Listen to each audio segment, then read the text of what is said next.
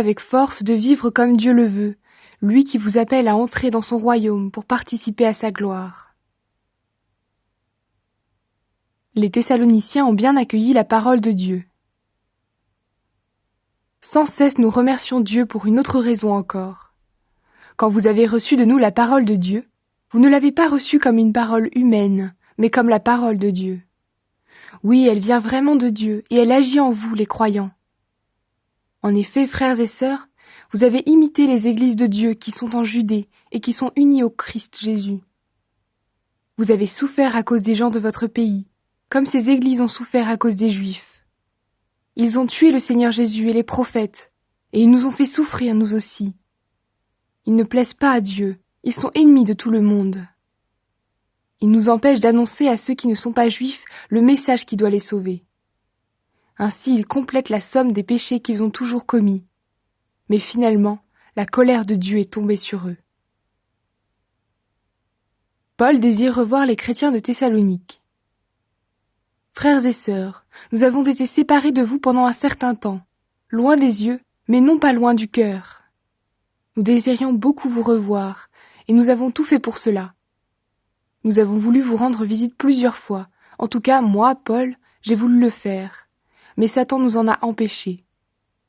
Oui, notre raison d'espérer, notre joie, c'est vous. Quand notre Seigneur Jésus-Christ viendra, vous serez pour nous la récompense qu'on donne aux vainqueurs. Et devant lui, nous serons fiers de vous. C'est vrai, vous êtes notre fierté et notre joie. Aussi, comme nous ne pouvions plus attendre, nous avons décidé de rester seuls à Athènes. Et nous vous avons envoyé notre frère Timothée, qui travaille avec Dieu pour annoncer la bonne nouvelle du Christ. Nous l'avons envoyé pour qu'il rende votre foi solide et vous donne du courage. Ainsi, personne ne se laissera troubler par les souffrances d'aujourd'hui. Vous savez vous-même qu'elles font partie du projet de Dieu pour nous. Quand nous étions chez vous, nous vous avons annoncé d'avance que nous allions souffrir durement, et c'est ce qui s'est passé, vous le savez. C'est pourquoi, comme je ne pouvais plus attendre, j'ai envoyé Timothée prendre des nouvelles de votre foi. J'avais peur d'une chose.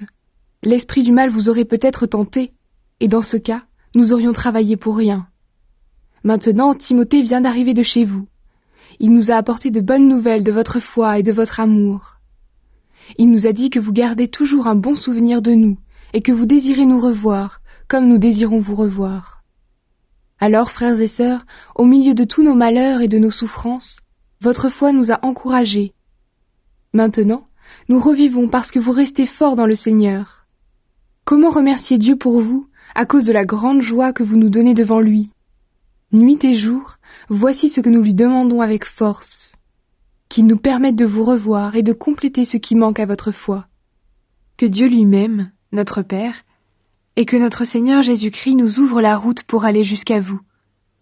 Que le Seigneur fasse grandir de plus en plus l'amour que vous avez les uns pour les autres et pour tous. Que cet amour ressemble à notre amour pour vous. Ainsi, le Seigneur remplira vos cœurs de sa force. Et quand notre Seigneur Jésus viendra avec tous ceux qui lui appartiennent, vous serez saints devant Dieu notre Père, et on ne pourra rien vous reprocher. Vivre comme le Seigneur le demande. Frères et sœurs chrétiens, vous avez appris de nous comment vous devez vivre pour plaire à Dieu, et c'est bien de cette façon que vous vivez. Mais faites encore des progrès. Nous vous demandons et nous vous conseillons cela au nom du Seigneur Jésus. En effet, vous connaissez les conseils que nous vous avons donnés de la part du Seigneur Jésus. Ce que Dieu veut, c'est que vous soyez entièrement à lui. N'ayez pas une vie immorale. Chacun de vous doit bien choisir sa femme pour mener une vie digne de respect qui plaît à Dieu. Ne vous laissez pas entraîner par les mauvais désirs, comme les autres qui ne connaissent pas Dieu. À ce sujet, personne ne doit faire de tort à sa sœur ou à son frère chrétien, ni les tromper. Le Seigneur punit tout cela. Nous l'avons déjà dit et redit. En effet, Dieu ne nous a pas appelés à vivre n'importe comment, mais à vivre pour lui. C'est pourquoi celui qui rejette ses conseils ne rejette pas un homme. C'est Dieu qu'il rejette, lui qui vous donne son Esprit Saint. D'autre part, vous n'avez pas besoin qu'on vous écrive sur l'amour entre frères et sœurs chrétiens. vous avez vous-même appris de Dieu à vous aimer les uns les autres. D'ailleurs, c'est ce que vous faites envers tous les chrétiens dans toute la Macédoine. Mais nous vous encourageons à faire encore des progrès. Cherchez à vivre en paix. Occupez-vous de vos affaires. Travaillez de vos mains, comme nous vous l'avons demandé. Alors ceux qui ne sont pas chrétiens respecteront votre façon de vivre. De plus, vous ne dépendrez pas des autres. Dieu relèvera ceux qui sont morts. Frères et sœurs, nous voulons vous faire connaître la vérité au sujet des morts. Ainsi vous ne serez pas tristes comme les autres qui n'ont aucune espérance. Nous croyons que Jésus est mort et qu'il s'est relevé de la mort. Donc, de la même façon, ceux qui sont morts avec Jésus en croyant en lui, Dieu les réunira à Jésus. Oui, voici ce que nous disons, d'après une parole du Seigneur. Nous qui serons encore vivants quand le Seigneur viendra, nous ne passerons pas avant ceux qui sont morts. On entendra un signal, la voix du chef des anges, le son de la trompette de Dieu. Alors le Seigneur lui-même descendra du ciel. Ceux qui sont morts en croyant au Christ se relèveront de la mort les premiers. Ensuite, nous qui serons encore vivants, nous serons emportés ensemble avec eux sur les nuages, en montant vers le Seigneur pour le rencontrer. Et ainsi nous serons avec le Seigneur pour toujours. Alors encouragez-vous les uns les autres avec ces paroles. Personne ne sait quand le Seigneur viendra. Frères et sœurs, au sujet de la date et du moment où le Seigneur viendra, vous n'avez pas besoin qu'on vous écrive. Vous le savez très bien vous-même, le jour du Seigneur arrivera comme un voleur dans la nuit. Quand les gens diront « Quelle paix! Quelle sécurité !» alors tout à coup, ce sera la catastrophe. Elle tombera sur eux comme les douleurs sur la femme enceinte, et ils ne pourront pas y échapper.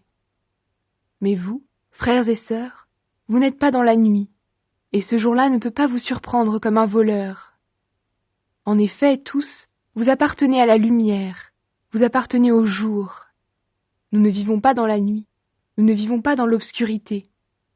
Ne dormons pas comme les autres, mais restons éveillés et soyons sobres. Ceux qui dorment, dorment la nuit. Ceux qui boivent trop, boivent la nuit. Mais nous, nous appartenons au jour. Alors soyons sobres. Prenons la foi et l'amour comme vêtements de combat. Mettons comme casque l'espérance d'être sauvés. Dieu ne nous a pas appelés pour nous juger, mais pour que nous obtenions le salut par notre Seigneur Jésus-Christ. Jésus est mort pour nous afin que, vivants ou morts, nous vivions unis à lui. Alors encouragez-vous les uns les autres et construisez la communauté comme vous le faites déjà. Dernier conseil et salutations. Frères et sœurs, nous vous demandons ceci. Respectez ceux qui travaillent parmi vous comme responsables. Le Seigneur vous les a donnés pour vous conseiller. Montrez-leur beaucoup de respect et d'amour à cause de ce qu'ils font. Soyez en paix entre vous.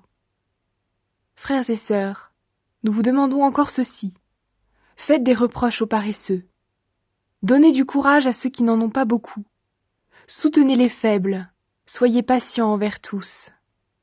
Attention, personne ne doit rendre le mal pour le mal, mais cherchez toujours à faire le bien, entre vous et avec tous.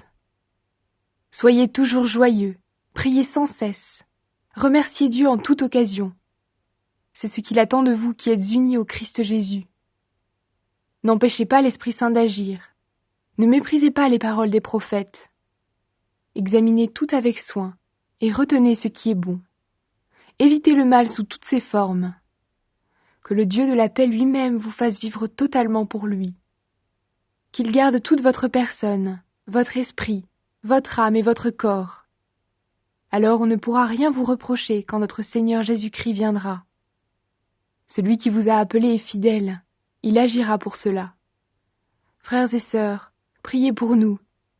Saluez tous les chrétiens en les embrassant comme des frères et des sœurs. Je vous le demande au nom du Seigneur, lisez cette lettre à tous les chrétiens. Que l'amour de notre Seigneur Jésus-Christ soit avec vous. Salutations. Moi, Paul, avec Silas et Timothée, j'écris à l'église de Thessalonique qui appartient à Dieu notre Père et au Seigneur Jésus-Christ.